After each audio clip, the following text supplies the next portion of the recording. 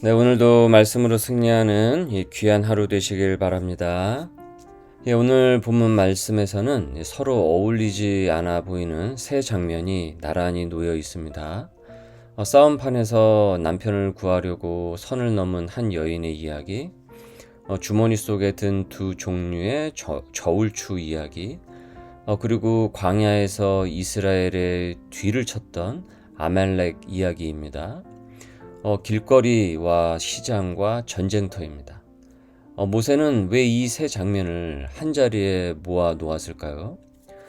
신명기는 율법을 아무렇게나 나열하는 책이 아닙니다. 나란히 이렇게 놓여 있다면 거기에는 그만한 이유가 있습니다. 우리가 오늘 본문 말씀을 조금만 이렇게 들여다보면 이 세 장면을 꿰는 이 한 가닥에 실이 보입니다. 셋 다 누군가의 약점이 드러난 순간을 다루고 있습니다. 11절과 12절의 행위가 그토록 엄하게 다루어지는 것은 단지 수치스러운 행동이어서가 아닙니다. 당시 이스라엘에서 그것은 한 사람의 후사를 곧 그의 미래 전부를 끊어버릴 수 있는 공격이었다라고 하고 있습니다.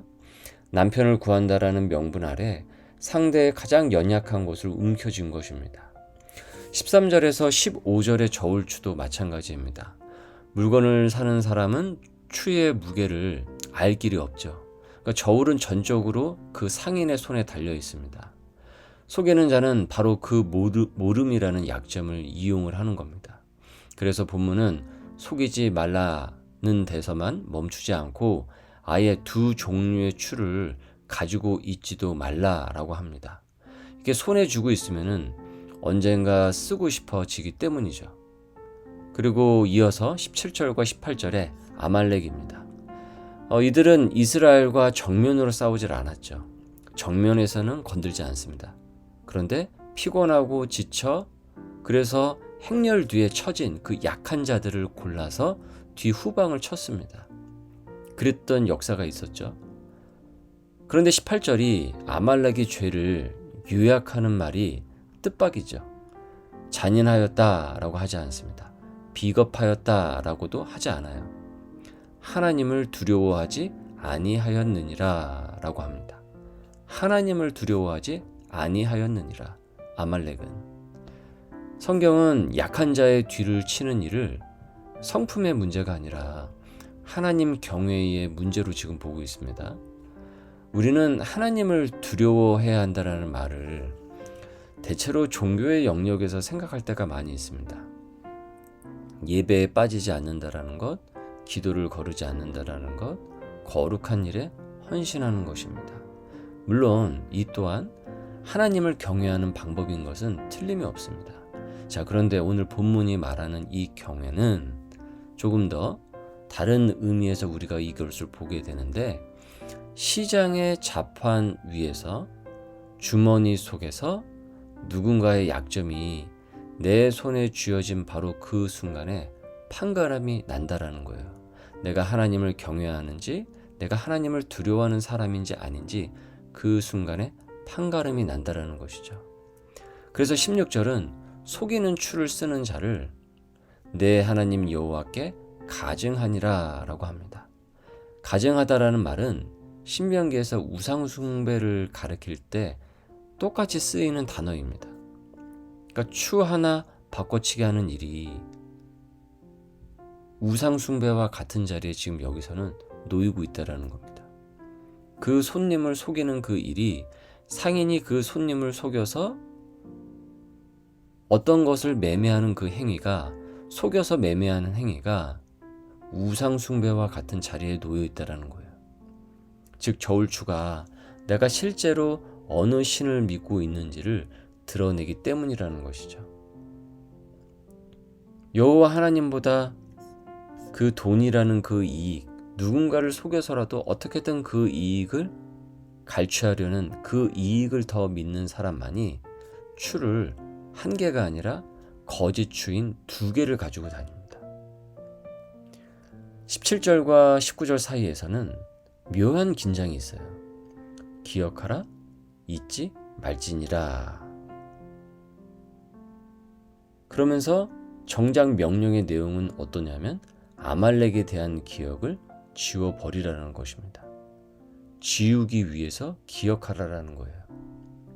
이것은 원한을 품고 살라라는 말이 아닙니다. 약한 자가 쓰러지던 그 자리를 하나님은 잊지 않으셨다라는 선언입니다.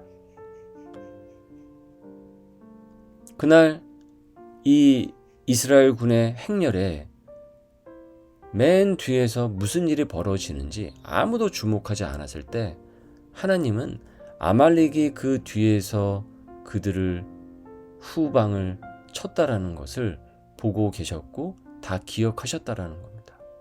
그리고 이 말씀은 역사 속에서 그대로 이루어져요. 그래서 사울의 시대에 아말렉을 치게 하셨고 히스기야 시대에 이르러 완전히 그것이 성취가 되죠. 약한 자를 친 손을 하나님은 반드시 기억하신다라는 겁니다. 아말렉은 행렬에 꼬리를 쳤습니다. 그런데 복음서를 읽다 보면은 예수님께서는 늘 행렬의 꼬리 쪽에 계시죠. 무리에 밀려 뒤에서 옷자락만 만졌던 그 혈류증 여인이 있었죠. 길가에 소리만 지르던 바디메오, 99마리의 양을 두고 찾으러 가신 그 한 마리의 양을 찾은 그 목자인 그 예수님입니다. 수고하고 무거운 짐진 자들아 다 내게로 오라. 이 초청은 정확히 아말렉이 먹잇감으로 삼았던 그 사람들을 향한 부르심이라는 겁니다. 즉 세상이 그의 약점을, 그래서 약하니까 그것을 공격의 지점으로 삼으려고 할 때 예수님께서는 그 약점을 가진 그 이를 만나 주시는 자리로 삼으셨다라는 거예요. 그래서 여러분, 상한 갈대를 꺾지 아니하시는 하나님이시다라고 하는 겁니다.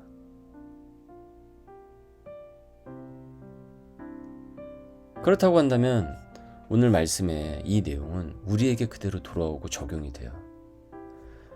우리 손에도 날마다 누군가의 약점이 쥐어집니다. 그리고 나도 누군가에게는 약점이 보입니다.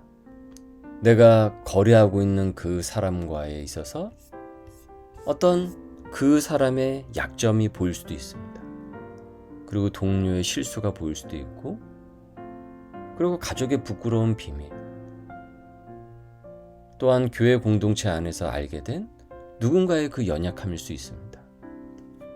그 외에 많은 것들이 우리 눈에 보이게 되고 나의 약함도 누군가에게 보일 수가 있습니다. 그리고 그것을 내가 쥐는 순간 우리는 사실은 선택 앞에 서게 되는 거예요. 이 약점으로 이득을 볼 것인가, 아니면 이 약점을 내가 안고 함께 같이 지켜줄 것인가. 그 앞에서 오늘의 말씀은 그 순간이 바로 내가 하나님을 경외하는 사람인지 두려워하는 사람인지가 드러나는 순간이다라고 전합니다. 우리가 이 땅의 교회를 한정해서 본다고 할더라도 한국교회의 교인들은 교회 안에서조차 서로의 약점을 정보처럼 주고받는 일에 종종 익숙해질 때가 있습니다. 기도 제목이라는 이름으로 누군가의 아픔이, 그런데 소문이 되는 일을 우리는 많이 보아왔어요. 그리고 기도를 부탁한 이는 상처가 돼요. 아픔을 나눈 이가 나중에 더 아파져서 입을 닫는 일들이 이 세상의 교회 가운데 많이 보게 됩니다. 처음 질문으로 다시 돌아가서 보면요, 길거리와 시장과 전쟁터가 지금 오늘 말씀에서 연속으로 나오는데, 이 전혀 상관없는 이 이야기가 왜 여러분 한자리에서 지금 오늘 본문 말씀에 있는 겁니까? 하나님을 두려워하는 그 삶은 약한 자 앞에서도 완성이 된다는 겁니다. 우리가 성전 안에서 예배 안에서도 하나님을 경외하는 그 삶이 드러나지만은 동시에 약한 자 앞에서 내가 진짜 하나님을 의식하는 삶인지, 그 앞에서 신앙의 고백이 거기서 드러나게 된다는 겁니다. 그렇다고 한다면은 뒤에 처진 사람이 가장 안전한 공동체, 약점이 드러나도 공격당하지 않고 오히려 그것이 보호를 받고 함께 같이 치유가 되고 회복이 된다고 한다면 그 공동체는 하나님을 두려워하는, 온전히 경외하는 공동체일 것입니다. 그래서 그런 교회가 이 세상 가운데서 많이 알려지게 된다고 한다면 세상은 설명을 듣기도 전에 거기서 하나님을 보게 돼요. 하나님을 만나게 됩니다. 하나님을 경외하는 사람을 보면서 하나님을, 그 사람을 통해서 하나님을 보게 된다는 거죠. 내가 이와 같은 약점을 갖고 있는데도 불구하고, 내가 이런 허물을 갖고 있음에도 불구하고 저 사람이 하나님을 믿는다라는 그 마음으로 나를 이렇게 대하는구나. 15절에서 하나님은 이 공정한 추를 두는 자에게 내 날이 길리라 라고 약속을 하셨습니다. 너의 날이 길 것이다. 이것은 무엇입니까? 하나님은 지금도 정직한 손, 약한 자를 붙드는 그 손에 그 땅의 복을 묶어 두셨다라는 겁니다. 오늘 말씀을 우리가 상고하며 오늘 하루도 내 뒤에 처진 한 사람 곁에 설 수 있기를 원합니다. 그 작은 걸음을 따라 하나님 나라가 한 뼘씩 한 뼘씩, 한 평씩 한 평씩 넓어지게 됩니다. 그리고 거기서 치유와 회복이 일어나게 됩니다. 그리고 우리는 기억해야 될 것입니다. 행렬 맨 뒤에서 지쳐있던 우리를 가장 먼저 찾아오신 분이 바로 우리 주님이시라는 것을 말이죠.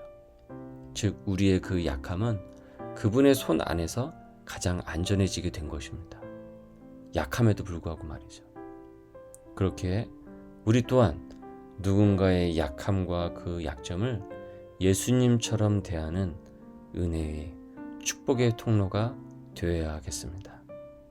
오늘도 그와 같은 믿음으로 이 땅에 하나님의 백성으로 승리해 나가는 귀한 소명의 백성들이 될 수 있기를 주님의 이름으로 축원합니다.